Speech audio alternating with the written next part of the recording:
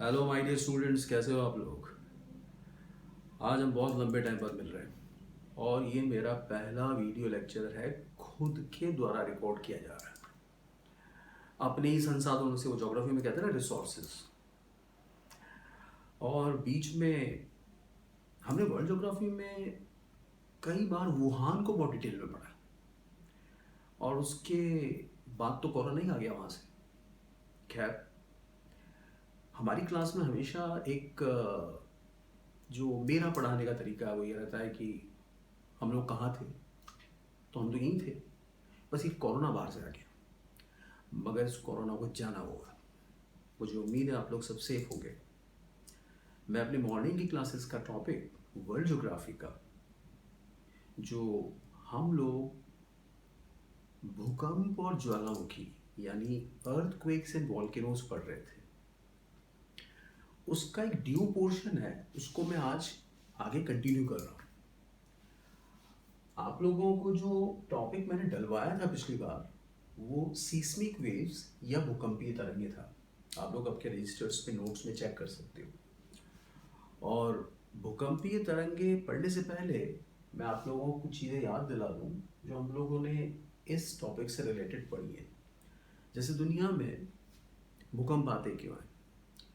आपको याद होगा कि हमने इसका एक सबसे इम्पॉर्टेंट जो कारण पढ़ा था, अर्थक्वेक्स का, भूकंप आने का जो कॉज है, सबसे मेन कॉज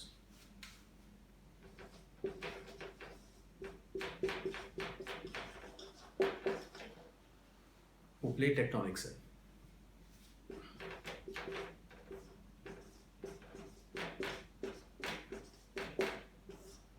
हिंदी में प्लेट विवर्तन की। आप लोगों ने प्लेट्स के बारे में बताया था कि प्लेट्स पृथ्वी का जो ऊपरी जो आवरण है, जिसको हम लोग एक हार्ड शेल कह सकते हैं, एक सख्त परत है जो करीब 100 से 150 किलोमीटर मोटी है, और उसके जो टुकड़े हैं वो प्लेट्स कहलाते हैं। तो प्लेट्स कभी मूव करते हैं आमने सामने, और कभी एक दूसरे से दूर भी जाते हैं, अपार्ट जाते हैं। तो उनकी वजह से जो भूकंप है वो सबसे ज़्यादा आते हैं। इसके अलावा आप लोगों ने और भी पढ़ा था कि जो प्लेट टेक्टोनिक्स, उसके अलावा कि जो रॉक्स होती हैं, अकॉर्डिंग टू एक साइंटिस्ट H.F. रीड, कि जो रॉक्स होती हैं वो काफ़ी लचीली होती हैं, और जब वो स्ट्रेच हो जाती हैं, खिंच जाती हैं किसी वजह से, अर्थ के मूवमेंट्स की वजह से, पृथ्वी के संचलनों की वजह से, तो फिर वो क्रैक हो जाती हैं, टूट जाती हैं, और इसकी वजह से भूकंप आते हैं। बड़े बड़े डैम्स के जो रिजर्वायर्स होते हैं, जो उनके जलाशय होते हैं, उसकी वजह से भूकंप आते हैं। हमारे यहाँ भारत में आया था 1967 में कोयना का भूकंप, और वो हम लोग आगे पढ़ेंगे उसको। तो 1967 का कोयना का जो डैम का भूकंप है, ऐसे और भी न जाने कितने भूकंप हैं जो डैम्स की वजह से अमेरिका में आते ही रहते हैं। अमेरिका में बड़े बड़े डैम्स हैं। तो हम लोग ये जो टॉपिक पढ़ रहे थे उसमें कई कारण बताए थे आपको भूकंपों के।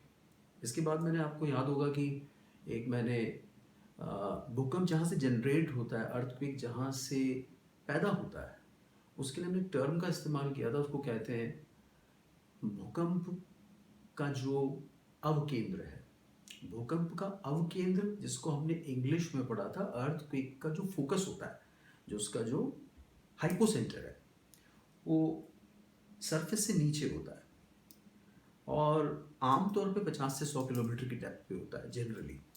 भूकंप वहाँ से जनरेट होते हैं। मेन कारण तो प्लेट टेक्टोनिक्स ही है उसका।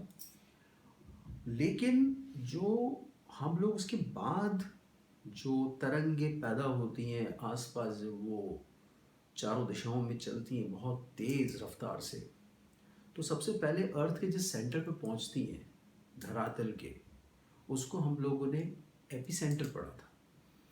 इंग्लिश में एपिसेंटर, हिंदी में हमने उसको अधिकेंद्र पढ़ा था। अगर मैं आपको उसको याद दिलाऊं एक बार,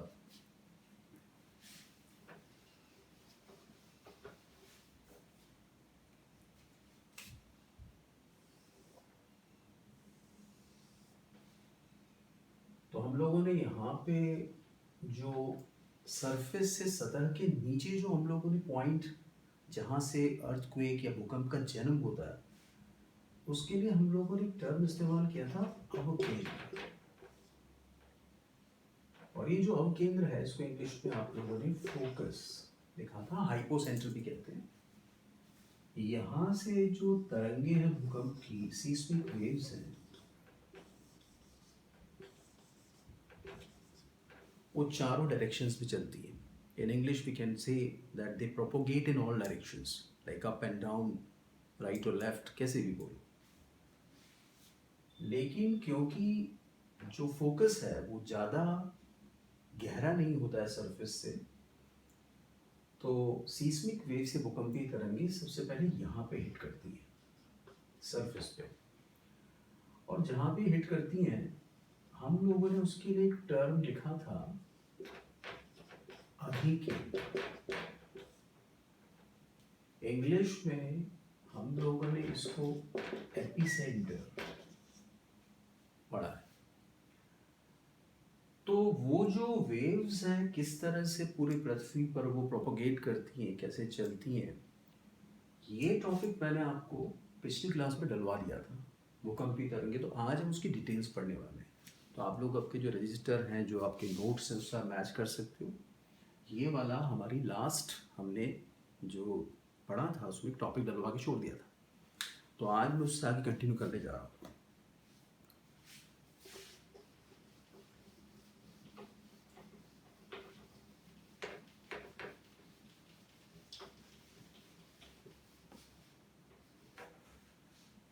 देखिए, जो भूकंपीय तरंगे हैं, जो सीस्मिक वेव्स हैं, वो ब्रॉडली एक क्लासिफिकेशन पढ़ते हैं हम लोग। एक जो सबसे फास्ट वेव्स होती हैं, जो सबसे तेज चलती हैं, जिनको हम पी वेव्स कहते हैं। यहाँ पर P stands for the primary waves, यानी पी जो प्राइमरी वेव्स हैं, जिनको हम हिंदी में प्राथमिक तरंगे कहते हैं।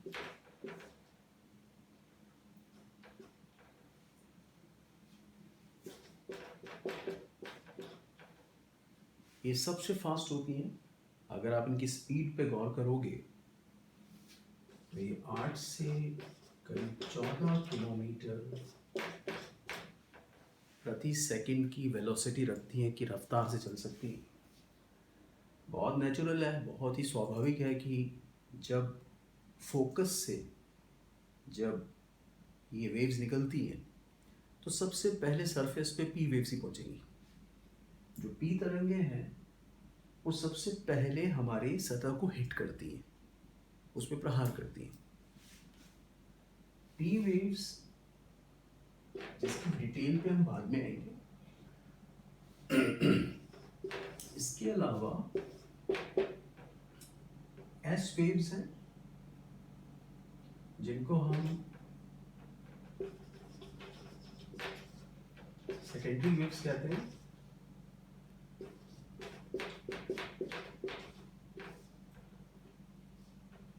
हिंदी में से आप द्वितीय तरंगे कह सकते हैं। तीसरा, लॉन्ग वेव्स।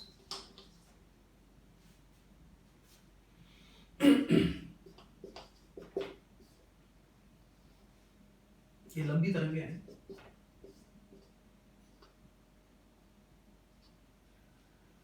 जिनको हम लोग अर्थ के सरफेस पे ऊपर ऊपर ज्यादा चलती हैं, इसके बारे में डिटेल आएगी अभी। प्राथमिक तरंगे सबसे फास्टेस्ट, सेकेंडरी वेव्स द्वितीय तरंगे जो इसके बाद में स्पीड रखती हैं करीब 4 से 6 किलोमीटर पर सेकेंड, और लॉन्ग वेव्स जिनको लंबी वेवलेंथ की वजह से या तरंग दैर्घ्य लंबा होता है, तो इनको, जिनको हम लंबी तरंगे कहते हैं, लॉन्ग वेव्स कहते हैं, इनकी जो वेलोसिटी, इनकी जो स्पीड है,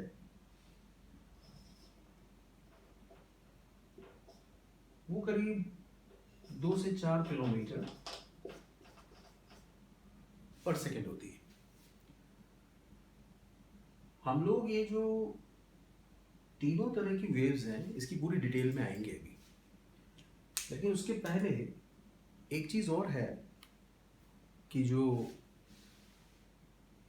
अर्थक्वेक पैदा होता है और जब ये तरंगे निकलती हैं यानी फोकस से, जो हमने पहले पढ़ा था, तो ये एक तरह की इलास्टिक एनर्जी होती है। इसको हम लोग प्रत्यास्थ ऊर्जा कहते हैं।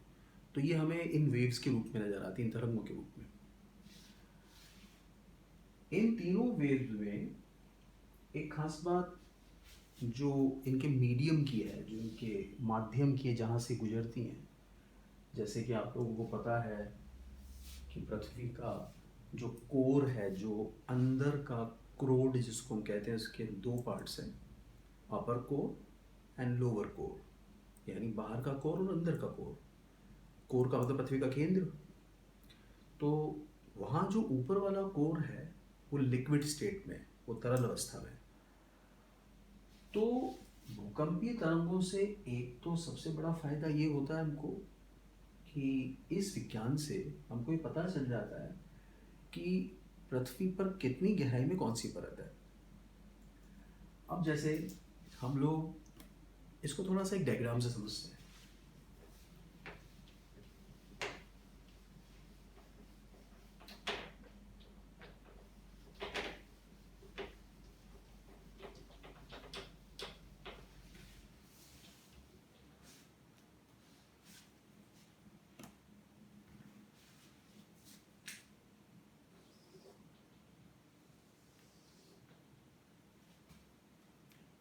जो इसमें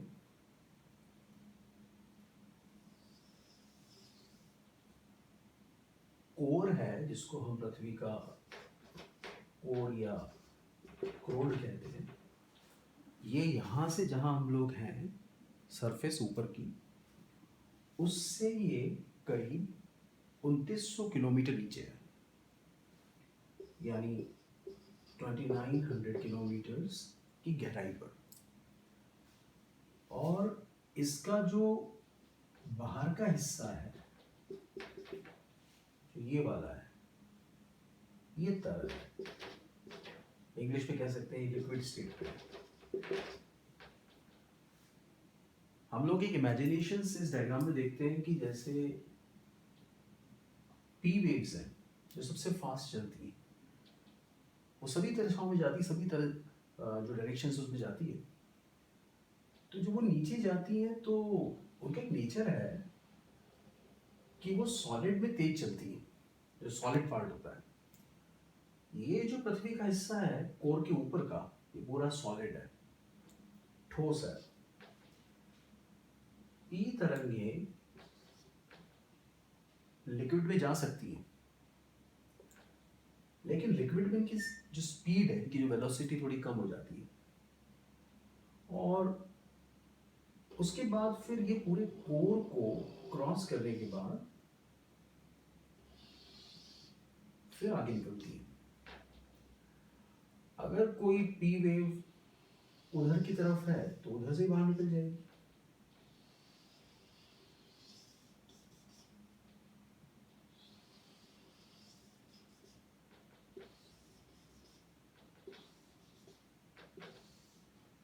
लेकिन अगर ये लिक्विड में गई, अगर ये तरल में गई, तो इनकी स्पीड थोड़ी कम हो जाती है। इसीलिए हमको ये पता चलता है कि लिक्विड कोर जो पृथ्वी के अंदर है वो तरल अवस्था में, क्योंकि स्पीड यहाँ पे इनकी कम हो जाती है। तो पी वेव्स की क्या खासियत हुई, पी तरंगों की,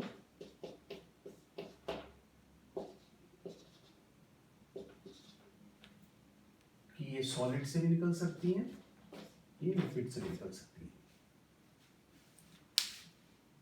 दूसरी जो तरंगे हैं जिनको हम लोग कहते हैं एस तरंगे, जो आप लोगों ने भी सेकेंडरी पढ़ा था, सेकेंडरी वेव्स या एस तरंगों की खासियत होती है कि ये केवल सॉलिड से ही गुजर सकती है। यानी इन वेव्स की खासियत है कि ये केवल सॉलिड पार्ट से जाएंगी। जबकि यहाँ पर हमने पी वेव्स के लिए क्या पढ़ा कि ये सॉलिड से भी जा सकती हैं, ये लिक्विड से भी जा सकती हैं। एस वेव्स की एक खासियत है कि वो हमें इस 2900 किलोमीटर की डेप्थ के बाद नजर नहीं आती, क्योंकि अगर एस वेव्स हैं तो वो यहीं से बाहर से ही वो डाइवर्ट हो जाती हैं। और ये जो एस वेव्स क्योंकि यहाँ नहीं जा पाती हैं 2900 किलोमीटर की डेप्थ के बाद, और जो पी वेव्स हैं उनकी स्पीड कम हो जाती है, उसका एक ही कारण है कि कोर का ऊपर का हिस्सा लिक्विड है। अब ये जो वेव्स हैं इनसे हमको पता चल जाता है कि नीचे कौन सी डेप्थ पे कौन सी जो परत है वो मौजूद है। इसलिए कहा जाता है कि जो भूकंपीय तरंग है, जो सीस्मिक वेव्स हैं, वो बेस्ट सोर्स होती हैं अर्थ के इंटीरियर के इंफॉर्मेशन के बारे में। जहां तक एल वेव्स की खासियत है, लॉन्ग वेव्स की, ये लॉन्ग वेव्स जो हैं ये भी सॉलिड से जा सकती हैं, लिक्विड से भी जा सकती हैं।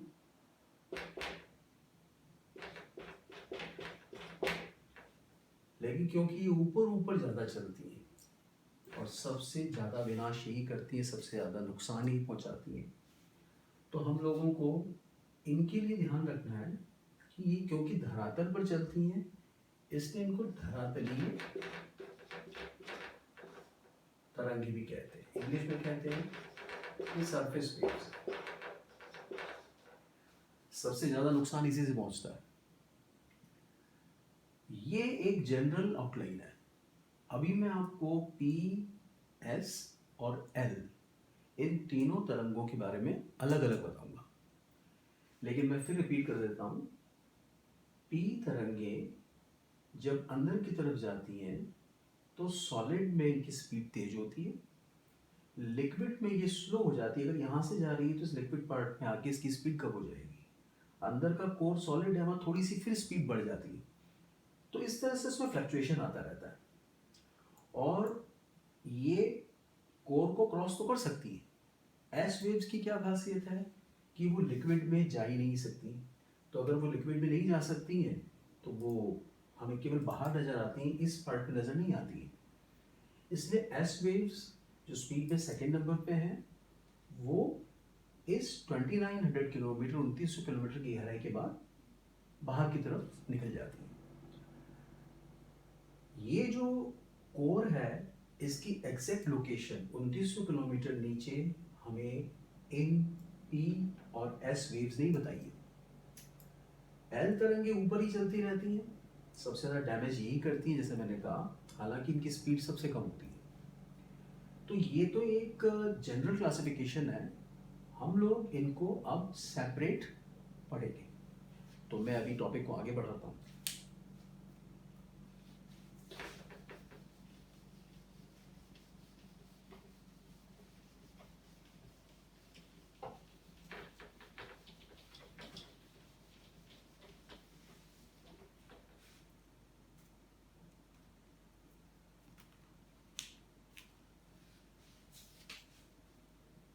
सबसे पहले आते हैं पी तरंगे या प्राइमरी वेव्स के ऊपर।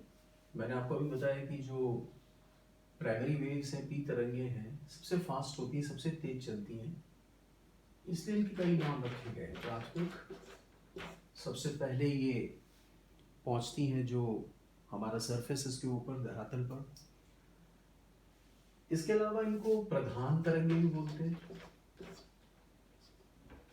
ये भी इनके नाम है, प्राथमिक तरंगे, प्रधान तरंगे। आप लोगों ने जनरल साइंस में पढ़ा होगा कि जो वेव्स होती हैं, जो तरंगे होती हैं, वो जब एक डायरेक्शन में चलती हैं तो जिस दिशा में वो प्रोपोगेट करती हैं, जो इंग्लिश में कहते हैं वेव प्रोपोगेशन का जो डायरेक्शन होता है, उसमें उनका जो बिहेवियर है उसके आधार पर दो तरह से इनको डिवाइड करते हैं। एक होती है जिनको हम अनुदैर्ध्य तरंगे कहते हैं, लॉन्गिट्यूडिनल वेव्स, और एक होती है जिनको हम अनुप्रस्थ तरंगे कहते हैं, जो ट्रांसवर्स वेव्स कहलाती हैं। इनकी खासियत ये है कि ये जिस तरह से लॉन्गिट्यूडिनल वेव्स होती हैं,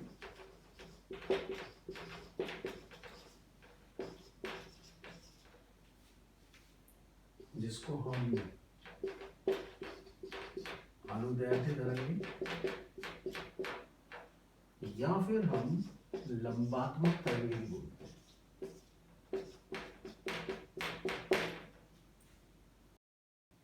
अनुदैर्ध्य तरंगें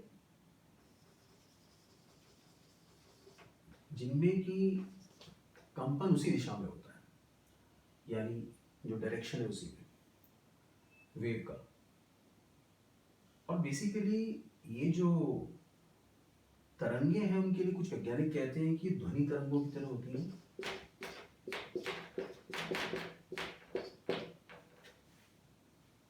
लेकिन क्योंकि ये तरंगे सबसे फास्ट हैं और ये बेसिकली एक डायरेक्शन में आगे की तरफ चलेंगी लॉन्गिट्यूडिनल वेव्स के रूप में, तो इनका नेचर होता है धक्का देने का।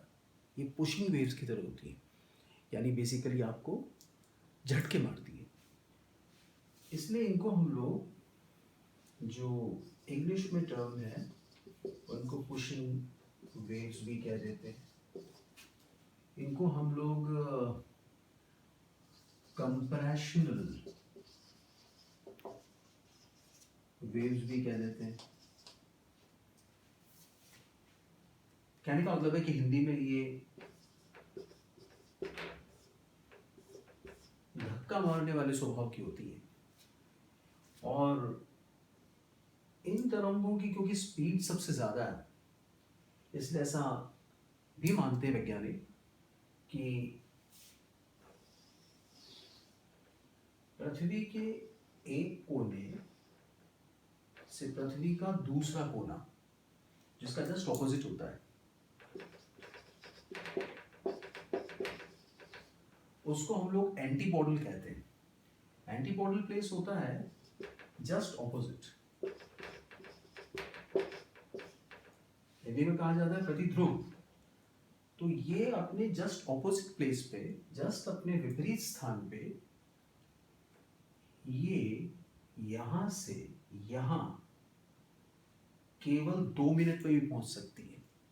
तो आप इनकी स्पीड का अंदाजा लगा सकते हो। और पी वेव्स बेसिकली जैसे जैसे वेलोसिटी इनकी बढ़ती है तो हमको पता चलता जाता है कि जो नीचे मटेरियल है वो और डेंस होता जा रहा है, क्योंकि वेव्स की गति बढ़ने का मतलब है कि वो ठोस माध्यम से जा रही है जिसके घनत्व बहुत ज़्यादा है। तो पी तरंगों की मोटी मोटी आउटलाइन क्या हुई कि ये सबसे फास्ट है, इनको प्राइमरी वेव्स कहते हैं, प्रधान तरंगे कहते हैं, प्राथमिक तरंगे कहते हैं। ये ध्वनि तरंगों जैसी होती हैं, लॉन्गिट्यूडिनल होती है, लंबात्मक होती है, अनुदैर्ध्य तरंगे होती हैं, एक ही दिशा में इनमें कंपन आगे पीछे होता है। इसी वजह से धक्का मारने का स्वभाव होता है इनका। तो इनको हम लोग इंग्लिश में पुशिंग वेव्स या कंप्रेशनल वेव्स भी कहते हैं। तो मुझे उम्मीद है आपको ये तो समझ में आ गया होगा। दूसरी बात,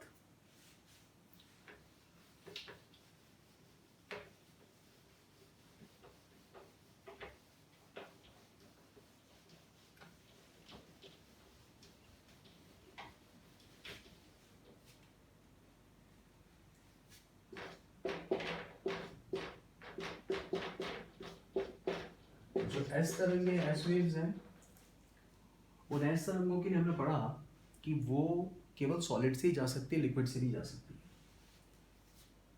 ये क्योंकि स्पीड में पी तरंगों के बाद सेकेंड नंबर पे होती हैं, उससे थोड़ी धीरे चलती हैं, इसलिए इनको सेकेंडरी बोलते हैं।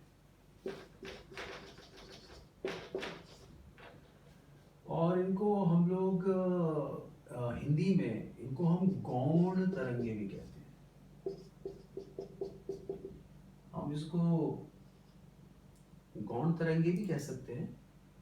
और आपको मैंने एक नाम अभी बताया था जस्ट, वो ये था कि इनको हम लोग द्वितीय तरंगे कहते हैं,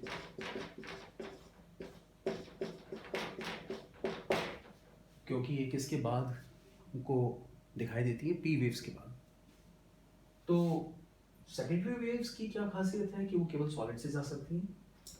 इसीलिए हमने पढ़ा कि जो 2900 किलोमीटर पे, मैं दोबारा रिपीट कर दूँ, 2900 किलोमीटर की गहराई पे जो कोर है, जिसका बाहरी पार्ट लिक्विड है, ये तरल, इसके अंदर ये पेनिट्रेट नहीं कर सकती, इसके अंदर जा नहीं पाती, इसलिए एस वेव्स के लिए क्या पढ़ा था हमने, वो बाहर से निकल जाती है, डाइवर्ट कर जाती है। इनका जो वेव प्रोपगेशन होता है, जिस दिशा में चलती हैं, उसमें इनका बिहेवियर ट्रांसवर्स वेव्स की तरह होता है। आप लोगों ने सुना होगा अनुप्रस्थ तरंग, इंग्लिश में ट्रांसवर्स वेव्स कहते हैं। और क्योंकि ये मूवमेंट अनुप्रस्थ तरंगों जैसा होता है, साइंटिस्ट कहते हैं, वैज्ञानिक कहते हैं कि ये जल तरंगों से मिलती जुलती है। जल तरंग जानते हैं ना आपको, इंग्लिश में जिनको वाटर रिपल्स कहते हैं।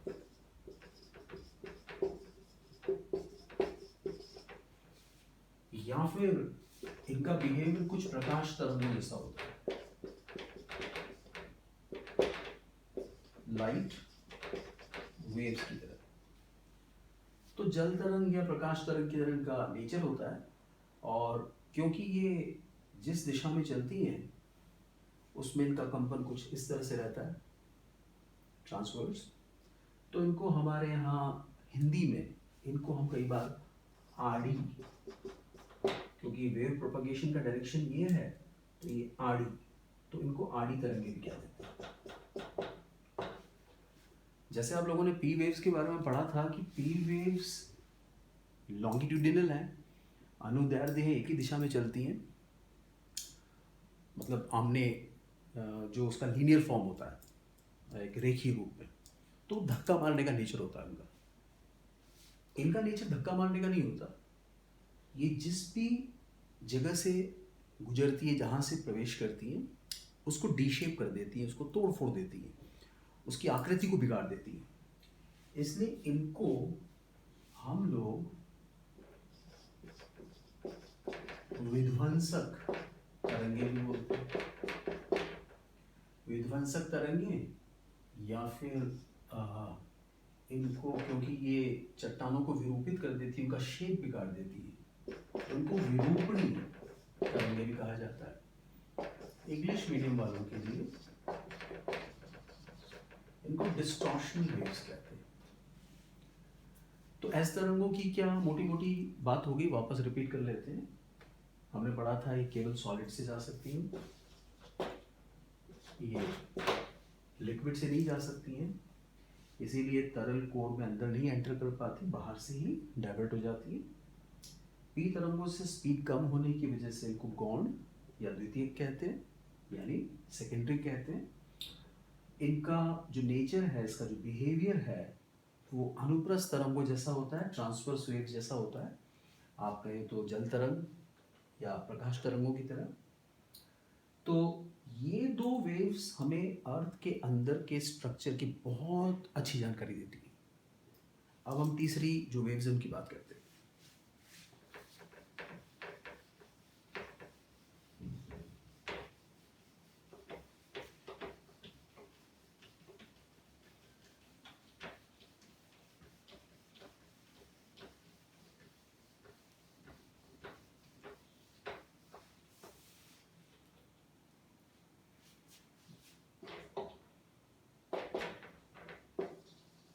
एल तरंगे, लॉन्ग वेव्स। मैंने आपको बताया था कि पृथ्वी के क्योंकि बाहर बाहर चलती हैं, और सबसे लंबा ट्रैक होता है इनका सबसे लंबा पथ होता है चलने का, इसलिए क्योंकि इनका वॉन्डरिंग ट्रैक सबसे लॉन्गेस्ट है, इनका भ्रमण पथ सबसे लंबा है, इनकी वेवलेंथ भी जाता है, तरंग दैर्ध्य ज़्यादा होता है, तो इनको लंबी लहरें कहते हैं। और ये केवल सरफेस पे चलती हैं, स्पीड हालांकि इनकी कम है, लेकिन सबसे ज़्यादा नुकसान यही पहुंचाती हैं, क्योंकि जो जीवन है वो, चाहे वो जीव जंतुओं का हो, मनुष्य का हो, इसी पे है। तो इनको हम धरातलीय तरंगे भी कहते हैं, सरफेस वेव्स। इनको बेसिकली बस इसीलिए जाना जाता है कि ये सबसे ज़्यादा नुकसान करती है। ये जो वेव्स हैं ये सबसे लॉन्गेस्ट ट्रैक रखती हैं, एक चक्कर काट लेती हैं, कई बार दोबारा भी चक्कर काट लेती हैं, और कई बार लंबे समय तक जो आपको एक्सपीरियंस होते रहते हैं, हल्के हल्के भूकंप के झटके आते रहते हैं, वो इसी वजह से होते हैं। तो आपको जो एल वेव्स है उसके लिए तो यही मेन ध्यान रखना है कि ये ऊपर की सरफेस पे चलती है। अब हम लोग एक बात और इसमें जोड़ेंगे आने वाली क्लास में कि आप लोगों ने ये नाम जरूर सुना होगा, सुनामी।